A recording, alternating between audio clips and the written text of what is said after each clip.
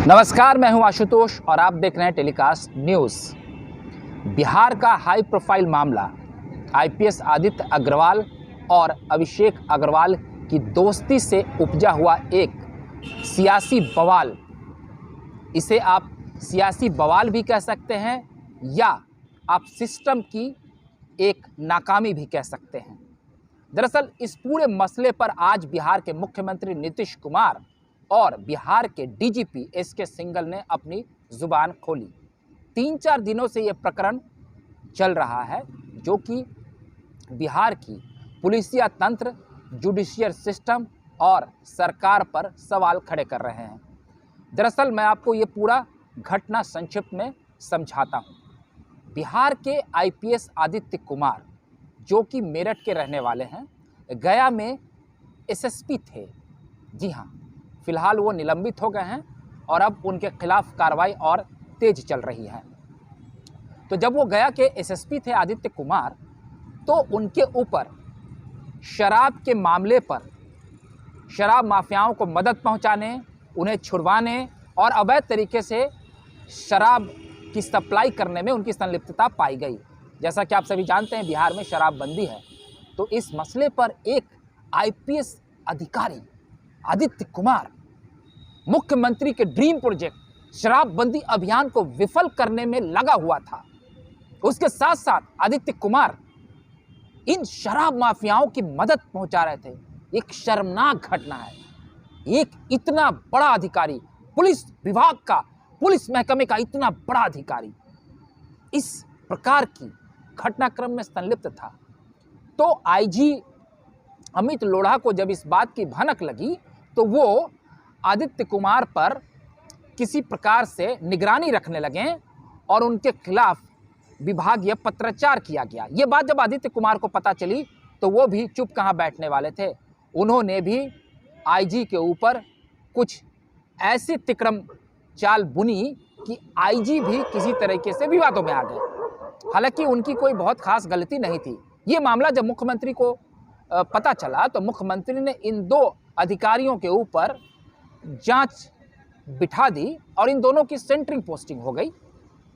उसके बाद से ये प्रकरण चलता रहा। मगर ताजा मामला फिलहाल तब उजागर हुआ जब आज से 3-4 दिनों पहले एक ऐसा मामला सामने आया जिसे देखकर सभी लोग सन्न रह गए, दंग रह गए।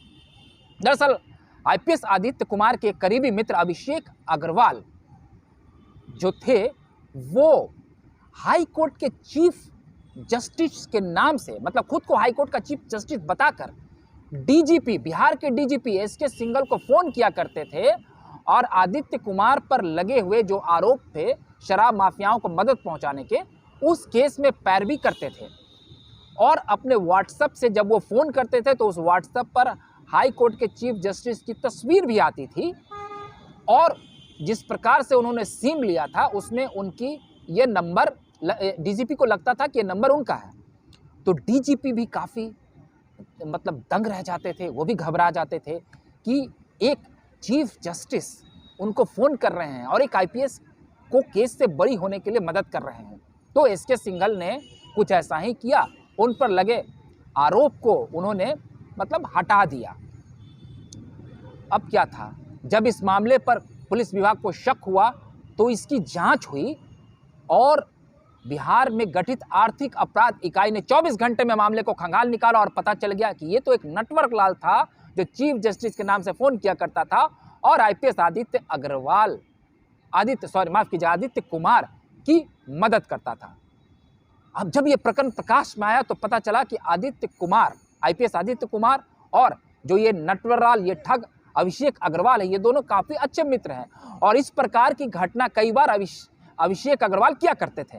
उन्होंने इससे पहले भी कई बार नकली आईपीएस बनकर किसी को फ़ोन किया, किसी थाने में पैरवी किया, 1-2 बार वो लपेटे में भी आए। किसी थाना प्रभारी को शक हुआ तो उन्होंने इनके खिलाफ कुछ कार्रवाई भी की। ये कई बार जेल भी जा चुका है। भागलपुर और दिल्ली में भी इसके खिलाफ कुछ मामले हैं।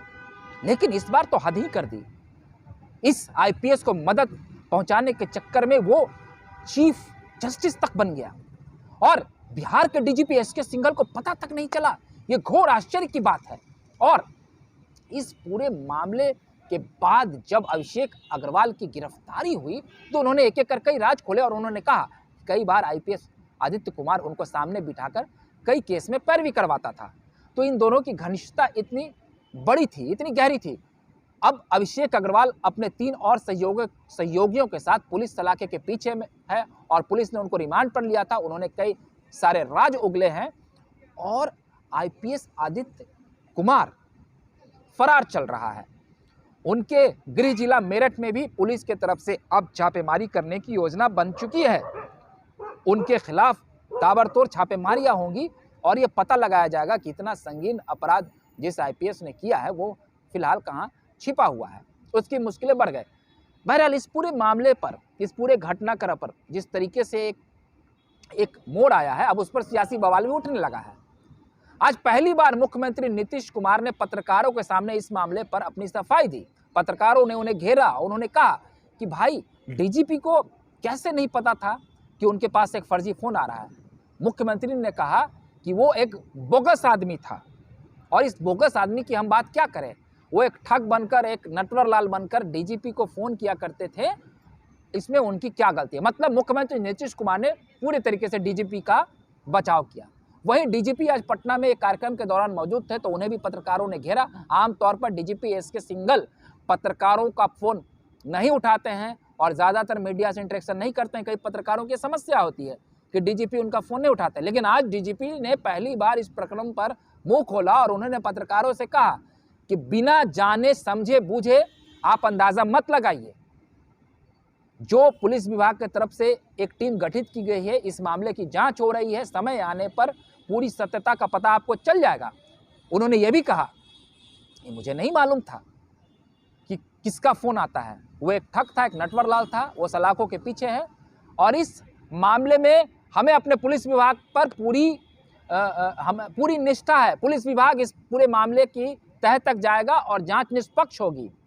हमें किसी एजेंसी की ज़रूरत नहीं है। वो ऐसा इसलिए कह रहे थे क्योंकि बीजेपी जो बिहार की मुख्य विपक्षी पार्टी है अब इस पूरे मामले पर सरकार को घेरने लगी और उन्होंने कहा कि हमें इस जांच पर भरोसा नहीं है। ये कैसे संभव हो सकता है कि आदित्य कुमार के बारे में डीजीपी एसके सिंघल को पता नहीं है और एक फर्जी फ़ोन आ रहा है। इसमें सरकार की मिलीभगत लग रही है और इस जो डीजीपी, जो बिहार के डीजीपी हैं, वो आदित्य कुमार को बचा रहे थे, लेकिन वो किसी तरीके से जब मामला फंसा तो अब वो एक कहानी गढ़ रहे हैं। ये बीजेपी की तरफ से ये बयान है और बीजेपी के कद्दावर नेता, बीजेपी के राज्यसभा सांसद और बिहार के पूर्व डिप्टी सीएम सुशील कुमार मोदी भी बहुत हमलावर हुए और उन्होंने कहा कि मुझे इस मामले पर पूरी तरीके से शक है कि डीजीपी कहीं ना कहीं झूठ बोल रहे हैं और वो आदित्य कुमार को बचाना चाहते थे, तो इसकी सीबीआई जांच होनी चाहिए। इस मामले पर डीजीपी ने कहा कि किसी सीबीआई की जांच की जरूरत नहीं है, बिहार पुलिस सक्षम है इस मामले की जांच करने के लिए।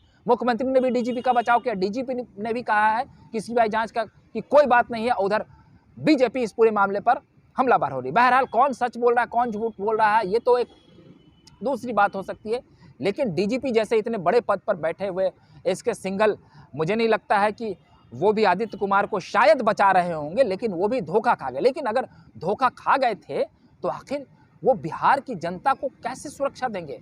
उनके ऊपर ये जिम्मेदारी है, पुलिस विभाग के वो मुखिया है और उनके ऊपर जिम्मेदारी है कि वो जनता को सुरक्षित रखें और वो खुद धोखा खा जाएंगे तो जनता कैसे सुरक्षित रहेगी? बहरहाल इस पूरे मामले पर अब सियासी रंग चढ़ चुका है और ये एक इतना बड़ा हाई प्रोफाइल मामला था कि जहां चीफ जस्टिस का नाम लेकर कोई फर्जी फ़ोन करता है। ये कौन सी परिस्थिति है, ये कैसे लोग हैं और क्या अपराध की स्थिति है, ये अंदाज़ा लगाया जा सकता है। खैर, हम इस पूरे प्रकरण पर नज़र बनाए रखेंगे, आगे देखते हैं क्या होता है और जांच में क्या बातें निकलकर सामने आती है।